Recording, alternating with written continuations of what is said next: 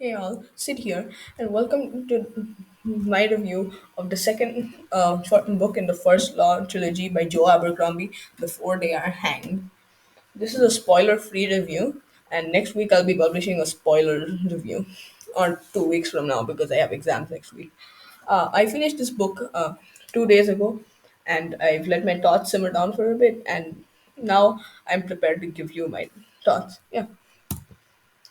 Uh, I recently finished the first book and gave it a 96 out of 100.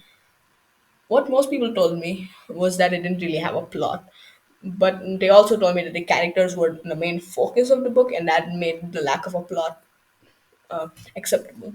And while saying the book didn't have a plot is a bit of a stretch, it certainly wasn't the focus. The characters were definitely as amazing as I was told, and the focus was placed on them, and I'm honestly completely fine with that.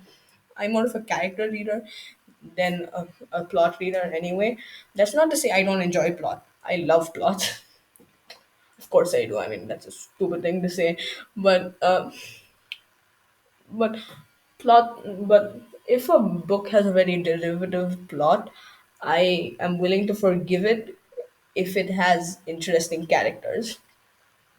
Now this is why I didn't like The Inheritance Cycle by Christopher Paolini, because it had a very similar to plot to most like you think of the most generic epic fantasy book you can think of, that's Aragon. And yeah, and I would forgive that, except for the characters being the most bland things I've ever read in my life. So I just don't. I just have a general distaste for The Inheritance Cycle. But back to First Law. Um, I was told that the second book was where the plot of the series really picks up, and now that I've read it, I can definitely say that that's a pretty accurate statement. This book expands on so much that makes the first book amazing and adds new elements that make the series even better. Now, on to the characters. As mentioned previously, the characters in the series are its main selling point and its strongest suit. And that holds true for the second book as well. In the previous book, the character Sandan Glockner quickly cemented himself as my favorite. And to no one's surprise, he's still my favorite for this book. Every line of dialogue that comes out of his mouth, every stray thought, and every interaction between him and the new characters introduced in this book hooked me from the beginning. And that's another strong suit of this book. Not just the characters, but the interactions between said characters. This is where the character work set in place by the previous book really pays off. If you read having read a whole book of just setting up the characters in the previous one, it makes you more attached to them, and that makes the new interactions, the new situations they're thrust into, even more interesting. After most of previous books being set in the backdrop of Ottawa and Agrion, the new locations were incredibly refreshing. Now, four characters from the previous book continue to develop into some of my favorites in the entire series so far. The first being Logan Nine Fingers, who I still thought was great in the previous book, but I started to appreciate him even more with this one. His dynamic with Pharaoh Malian and Gisaldan Luthar was always a joy to read, except for a couple of scenes, but those were those are like very minor complaints. Um, I think that soon he could easily rival Glockta as one of my favorite characters, but I still love Glockta. Yeah.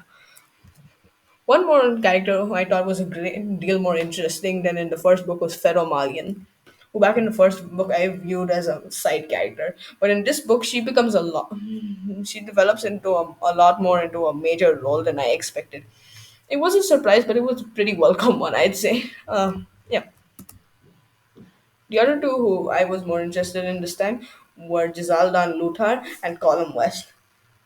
Now, why I like these characters so much more this time? Well, that they were still great in the previous book, but I like them a lot more because they continue to develop, and I can't get that without getting into spoilers.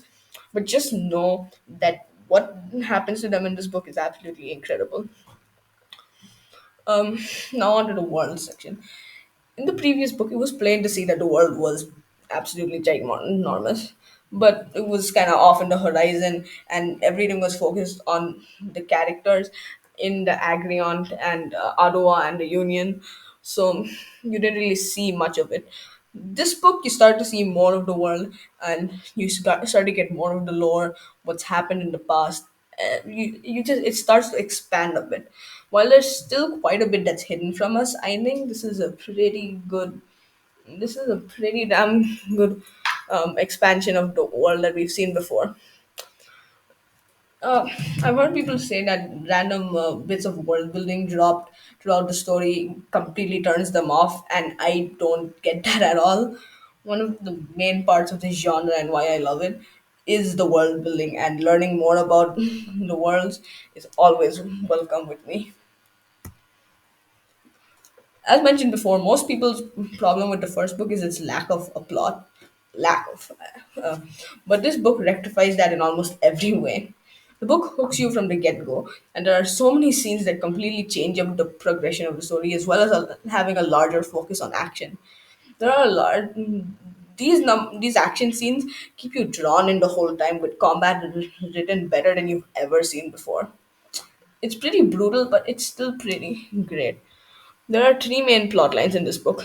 The first one being with Baez, Logan, Pharaoh, Jazal, Malachus, and Longfoot on their quest, which I can't talk about in more detail for spoiler reasons. The second one is with Glocta and his practicals in Dagoska investigating the murder of his predecessor. And the third one is Column West and Angland with the Crown Prince Ladisla fighting off the invasion of Beted's Northmen. Out of these three, it's hard to pick a favorite. Bayaz is in Fellowship has some of my favorite characters interacting and some of the best action scenes I've ever read. The Dugoska plotline has Glokta, which I mean, that immediately elevates the whole book, and the Anglian plotline has some great stuff going on, with some again a number of my favorite characters in the series so far. Uh, all three plot lines have strengths and weaknesses, but with each the strengths easily outweigh the weaknesses. After the first book, a plot so riveting as this was not expected. I obviously expected some kind of improvement, but by this much, well, it's kind of insane. It still baffles me that these are the first three books that Joe Abercrombie ever wrote. Because I've read other authors' first books, and most of the time they're not even close to what Abercrombie has accomplished with these. The series is slowly shaping up to be one of my favorites. On to the next book.